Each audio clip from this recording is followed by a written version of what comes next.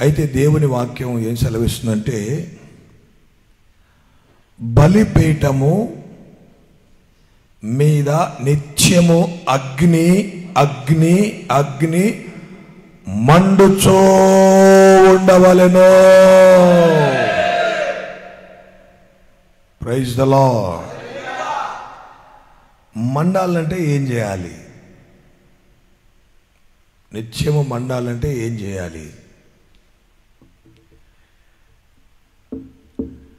నిర్గమాకాండం 29వ అధ్యాయం 38వ వచనం. నీవు బలిపీఠం మీద నిత్యమును బలిపీఠము మీద నిత్యము అర్పింపవలసినదేమనగా, నిత్యము అగ్ని మండాలంటే బలిపీఠం మీద నిత్యము అర్పించవాలి. నిత్యము అర్పించాలి. ఏది? ఏడాదివి 2 గొర్రె పిల్లలను. ఏడాదివి అంటే ఒక సంవత్సరానివి 2 గొర్రె పిల్లలు. ప్రతిదినము ఉదయమందు 1 గొర్రె పిల్లను. ప్రతిదినం ఉదయం 1 గొర్రె పిల్ల. సాయంకాలం మందు 1 గొర్రె పిల్లను. సాయంకాలం 1 గొర్రె పిల్ల అర్పించవలెను. దేవునికి స్తోత్రం, మహిమ కలుగును గాక. ఉదయము గొర్రె పిల్ల అర్పించబడాలి. ఆ గొర్రె పిల్లను కోసినప్పుడు ఆ మాంసము, ఆ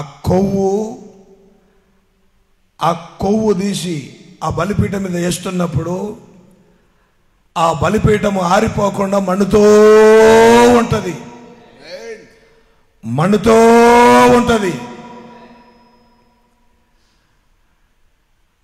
అంటే దేవుని బిడ్డలారా, ఆ బలిపీఠం మండాలి అంటే గొర్రె పిల్లను వధించాలి. మొట్టమొదటిగా ఆదాము అవ్వల యొక్క పాపము తీసివేయడానికి ఆయన ఒక గొర్రె పిల్లనుగా వధించబడ్డాడు. ఇస్సాకు కొరకు మొరియా పర్వతం మీద గొర్రె పిల్లగా వధించబడ్డాడు. ఇక కాలము సంపూర్ణమైనప్పుడు ఆయనే లోక పాపములు మోసుకొని పోవు దేవుని గొర్రెపిల్లగా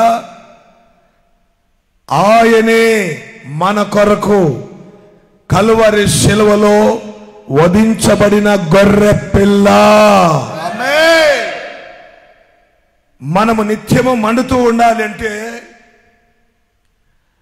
మనము నిత్యము మండుతూ ఉండాలి, చల్లారిపోకుండా ఉండాలి అంటే, దేవుని బిడ్డలారా, గొర్రెపిల్ల యొక్క కొవ్వు, అంత్రములు, మాంసము ఏ రీతిగా బలిపీఠం మీద పెట్టి అవి మండుతూ మండుతూ మండుతూ మండుతూ ఉంటాయి. అంటే అర్థం ఏంటంటే, మొట్టమొదటిగా గొర్రెపిల్ల ఎవరి కొరకు వధించబడింది? గొర్రెపిల్ల ఎవరి కొరకు వధించబడింది?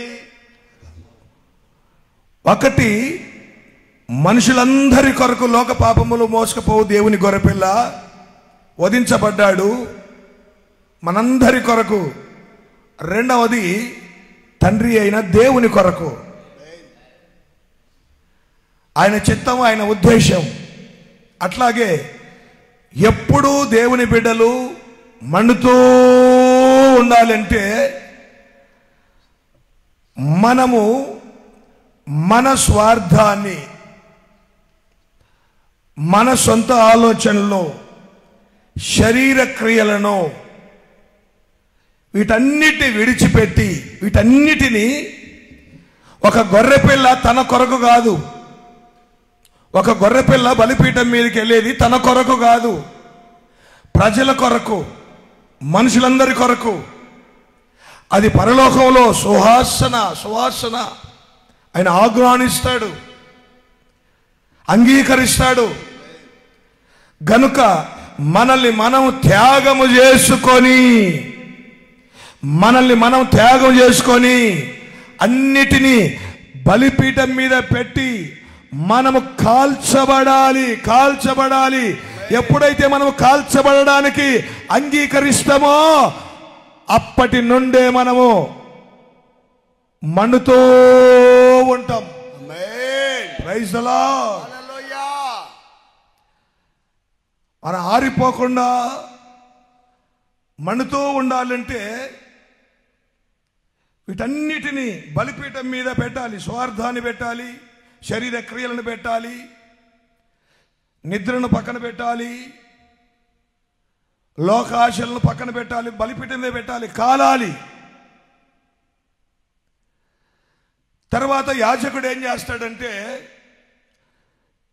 కొన్నిసార్లు కాలకుండా కొన్ని మాంసానికి కొవ్వు ఉంటుంది, కొవ్వుకు మాంసం ఉంటుంది కొన్ని బలిపీఠం మీద.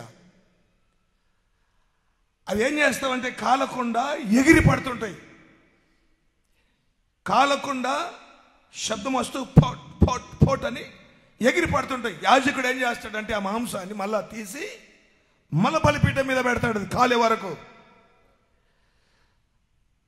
అలా కాలిన తర్వాత అతడు ఏం చేస్తాడంటే సాయంకాలమున ఆ కొండలన్నీ తీసుకొని గరిటెలు తీసుకొని కొంకులేమో మాంసం ముక్కలు, కొవ్వు ముక్కలు ఏవైతే కరగవో వాటిని తీసి వేస్తూనే ఉంటాడు బలిపీఠం మీద. యాజకుడు అక్కడ ఉండి ఆ పని చేస్తూనే ఉంటాడు. అది బూడిద అయ్యేంత వరకు. ఆ తర్వాత బూడిదనంతా తీసుకొని పాలెము వెలుపలికి తీసుకొని వెళతాడు. మీరు చూడండి, ఇందాక చదివిన వాక్యంలో ఇక్కడ రాయబడిన మాట అదే. 4వ అధ్యాయం 12వ వచనం. పాలెము వెలుపల బూడిదను పారపోయి పవిత్ర స్థలమునకు తీసుకొని పోయి అది అగ్నిలో కట్టెల మీద కాల్చివేయవలెను. అగ్నిలో కట్టెల మీద కాల్చివేయవలెను. బూడిద పారపోయే చోటు దానిని కాల్చివేయవలెను. ఇంకొక మాట చూడండి, 19వ అధ్యాయము, ఇదే సంఖ్యాకాండంలోని ఇక్కడ లేవి 15లో కూడా చూడండి.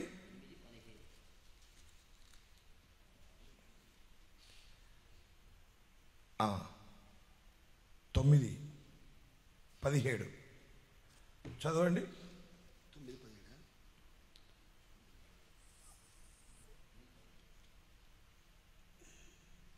మరి యెహోవా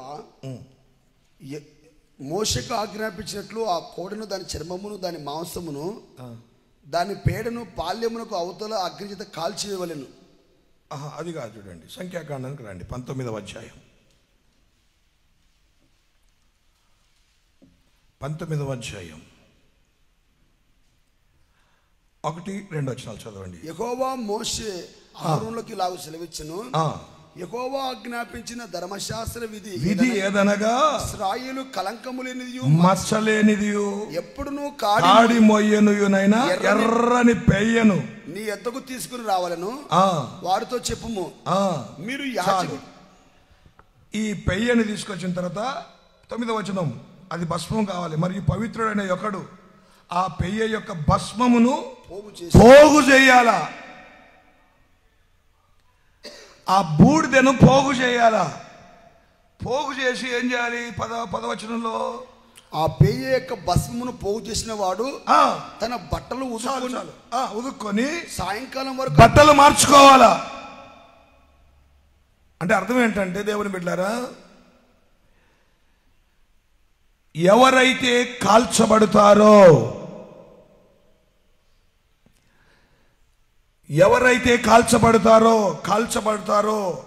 అంటే తమ కొరకు కాదు. 2వ కొరింథీ పత్రిక 5వ అధ్యాయము 15వ వచనం, జీవించు వారిక మీదట తమ కొరకు కాదు, అది బలిపీఠం మీద ఎప్పుడు మండుతూ ఉండాలి. అంటే జీవించు వారిక మీదట తమ కొరకు కాక. ఒక గొర్రె పిల్ల తన కొరకు కాదు బలిపీఠం మీద ఎక్కేది, ప్రజల కొరకు ఆ దేవుని దగ్గరికి. చూడండి, చదవండి. తమ నిమిత్తము మృతి పొంది తిరిగి లేచిన వాని కొరకు జీవించుటకు అది ఆయన అందరి కొరకు మృతి పొందిననియు. జీవించు వారి మీదట తమ కొరకు కాకుండా మృతి పొంది, అందరి కొరకు మృతి పొంది తిరిగి లేచిన నిశ్చయించుకొనుచున్నాము. యేసయ్య కొరకే జీవించాలి. ఎవరైతే తమ కొరకు కాకుండా మన కొరకు మృతి పొంది మన కొరకు కల్వరి శిలువ చనిపోయాడో ఆ యేసయ్య కొరకు ఎవరైతే జీవిస్తారో వారు ఎప్పుడు మండుతూ ఉంటారు బలిపీఠం మీద. స్వార్థం కొరకు, డబ్బు కొరకు, లోకం కొరకు, ఆస్తుల కొరకు, అధికారాల కొరకు, శరీర ఇచ్చల కొరకు, కోరికల కొరకు బలిపీఠం నుంచి అలాంటి వారు బలిపీఠం మీదకి రాలేరు. దేవుని కొరకు ఎవరైతే జీవిస్తారో మన కొరకు మృతి పొందినటువంటి యేసుక్రీస్తు కొరకు, అలాంటి వారు బలిపీఠం మీదనే బూడిద కావాలి, స్వార్థము బూడిద కావాలి.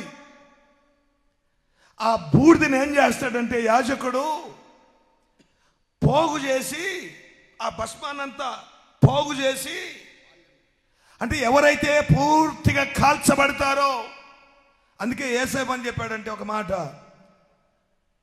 తన ప్రాణముతో సహా ద్వేషింపకుంటే వాడు నాకు పాత్రుడు కాదు.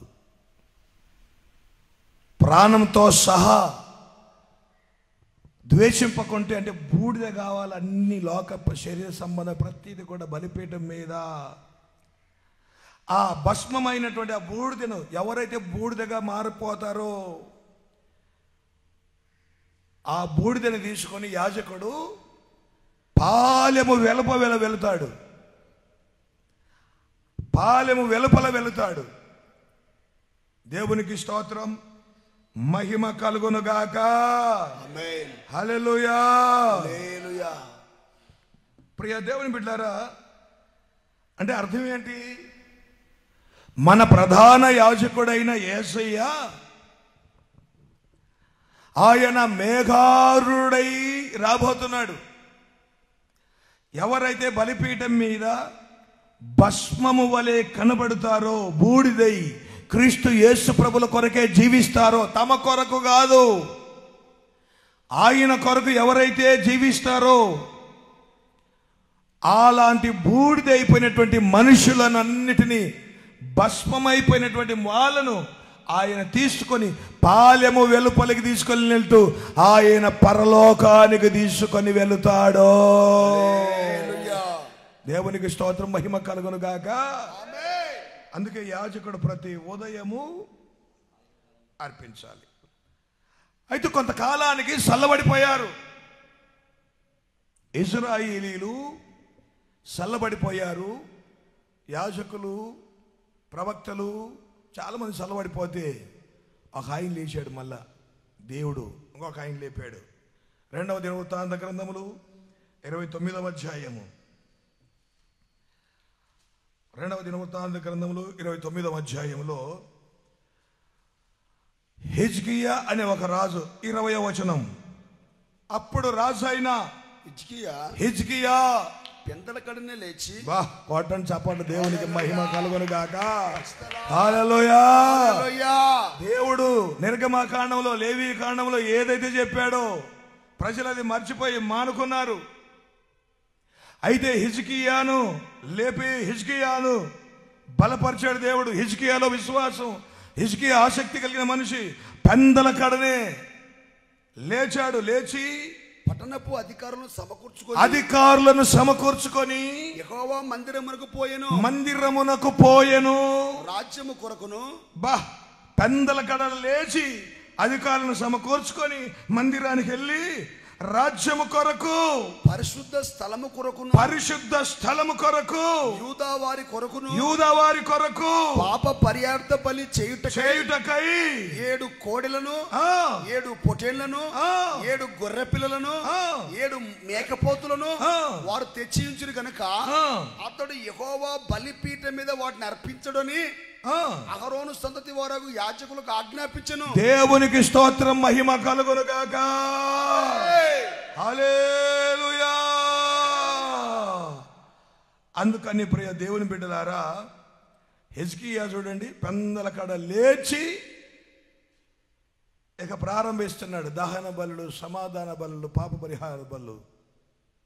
అందుకే హిజ్కియా గురించి ఒక మాట ఉంటుంది 31:21లో, తన దేవుణ్ణి ఆశ్రయించుటకై దేవుని మందిర సేవ విషయమందేమి, ధర్మశాస్త్ర విషయమందేమి, ధర్మమంతటి విషయమందేమి, తాను ఆరంభించిన ప్రతి పని అతడు హృదయపూర్వకంగా జరిగించి వర్ధిల్లెను.